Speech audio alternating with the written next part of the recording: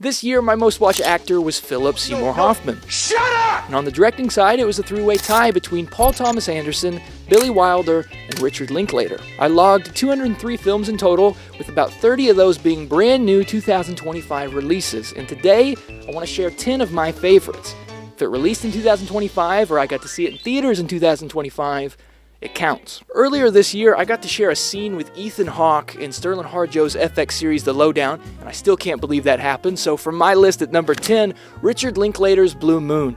Ethan Hawke plays Lorenz Hart on the opening night of the iconic musical Oklahoma. This movie's poetic and genuinely funny, but it's also desperate and delicate because the screenplay is just that tight. Writers are going to love this one the most. Just know what you're signing up for. I only recommend Blue Moon if you like smaller scale monologue and dialogue movies because you're basically stuck in one place with these characters and you're watching the outside world decay through what they're saying and what they're not saying. Talk to Me was my favorite film of 2023, so it's no shock that Bring Her Back lands at number 9. Danny and Michael Philippou are the former YouTubers Raka Raka, and watching their rise to stardom has been genuinely inspiring.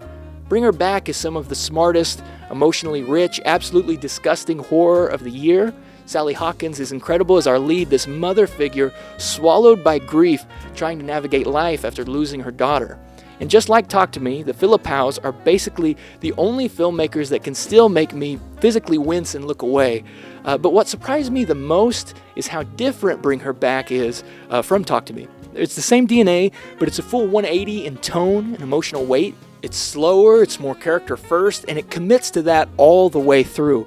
And this film will never be a crowd pleaser, but I mean that as a compliment. It's unrelenting in the best way, and that makes it a perfect sophomore film. I talked about it a little upon release, but Paul Thomas Anderson's One Battle After Another is still some of the most fun I had at the cinema all year. Felt like the closest thing we can still get to the old school dusty epic. I caught it in IMAX on opening weekend and instantly fell in love with this cast and these characters. The father-daughter thread is what will hook you emotionally, but there's so much more for you to stick around for and sink into. The satire, the paranoia, the way it keeps daring you to keep up. And yeah, Leonardo DiCaprio's hilarious, but Sean Penn as Colonel Lockjaw was one of my favorite villains of the entire year. Why is your shirt so tight? I'm not gay, if that's what you're saying. I didn't say that. Marty Supreme is the newest movie on this list, but I've already seen it twice. And that's more than anything we've seen thus far. I saw Benny Safdie's The Smashing Machine, and I don't have much to say, but Marty Supreme, right off the bat, I love how atmospheric this movie is. It's got this 50s cinematography, but it's running off of an 80s soundtrack. It shouldn't blend, it shouldn't work, but it absolutely does. And this might shock you, but I didn't even really like it much off the first watch. It's only on the second one that it clicked with me, because you know who Marty Mouser is, and you can see his inner character unraveling. Marty Supreme is a heartfelt and explosive piece of cinema, not too dissimilar from a Rocky. Quick pause in the countdown for a documentary, Kevin McDonald's 1-to-1 John and Yoko.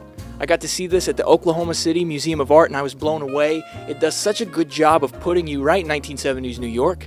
You feel the politics, the tension, and the atmosphere of the time. What I love most about this is it treats the world around John like a character in itself. It's an equal part 1970s United States movie as it is a John Lennon and Yoko Ono documentary, and I appreciated that so much. Oh, there. Is it good? Is it good? A24's Friendship. The best comparison I can make is The Cable Guy with Jim Carrey, except Robinson is the Carrey role and Rudd is the Matthew Broderick character getting slowly pulled into this nightmare. It's desperation and excitement happening at the exact same time, and it works because this movie commits. It has this very 2025 comedic tone, and I mean that as a compliment because this movie could not exist in any other era. It gets darker than you expect, but the comedy comes from a real place, and that's why it hits. Every character is uniquely ridiculous, but still painfully human. You watch them make the worst choices imaginable, and then realize you'd probably do the same thing. We hit the halfway point at number 5 with A24's Eternity, and honestly, this was such a breath of fresh air. It's a romantic comedy set in an afterlife where you basically have 1 week to choose who you're spending forever with. And I genuinely don't know why the marketing didn't push this movie harder, because this could have been a holiday hit. It opened on Thanksgiving week, and it's got that classic old Hollywood sweetness. Eternity feels straight out of a bygone era in Hollywood with shades of A Matter of Life and Death and It's a Wonderful Life. I loved everything about this movie, the set design, the concept, the whole message about the afterlife and love. For me, Eternity is number 1 on the list of most underrated this year. I never got a chance to talk about Bugonia with Emma Stone and Jesse Plemons, but I very much want to right now because I loved it. People in the marketing might write it off as horror, but to me, it's modern social satire. It's about therapeutic language, power, and what happens when healing turns into control. Jesse Plemons plays Teddy like a wound that somehow learned to talk. He's got that Norman Bates ache, except he's not chasing a therapist or therapy.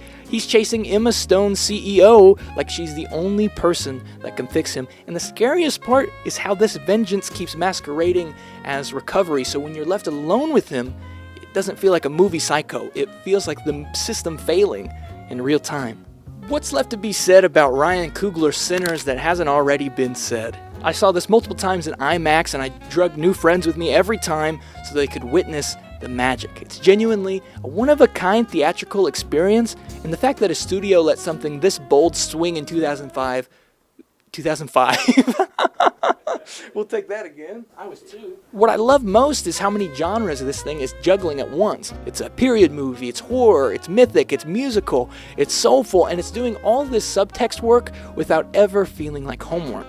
And Michael B. Jordan making Smoke and Stack feel like 2 real living, breathing people instead of, oh, look what we did, this gimmick. It's the movie's secret sauce. That's a hard nail to thread, and somehow they nail it. No notes, the hype you've heard is absolutely deserved, and I'm a sucker for aspect ratio changes. At number 2, Weapons blew me away just as much, if not more, than Barbarian.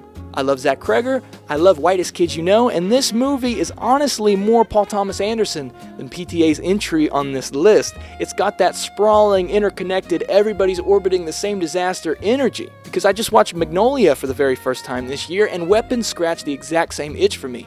Not in a fast-paced, puzzle box way like a Pulp Fiction, but in that non-linear way where you get to relive the same moments and scenes over and over, but every time you come back, the emotional read changes. And the gun violence metaphors were not lost on me at all. It makes me appreciate the emotional maturity of the writing so much more because it's navigating grief in a way that feels specific, ugly, and honest. I don't know how many films would truly go there. And how do you end a film like this on laughs? It's insane, but the screenplay is so perfectly choreographed that it somehow works. Julia Garner and Josh Brolin are amazing, but Benedict Wong and Amy Madigan as Gladys stole the show for me. I can't wait to see what Cregger does next, and I know the Oscars don't like horror movies, but if we could maybe get him an original screenplay nomination, that'd be awesome. Robbie Williams and Michael Gracie's Better Man hit the US right around the holidays and then went wide in January 2025. People wrote it off instantly, and a lot of folks were straight up angry at it just because they don't know who Robbie Williams is.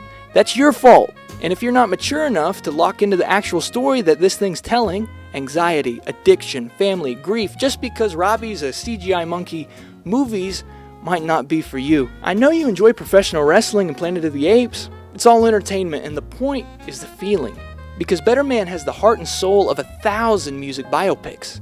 Whether it's Robbie's Nan, played by Allison Steedman, or Steve Pemberton absolutely crushing it as Robbie's dad, this movie stayed my number 1 all year long. And I'll be honest, I never heard of Robbie either before January. I'm from Oklahoma, but I heard Liam and Noel Gallagher had cameos, so I bought a ticket, and I was absolutely blown away.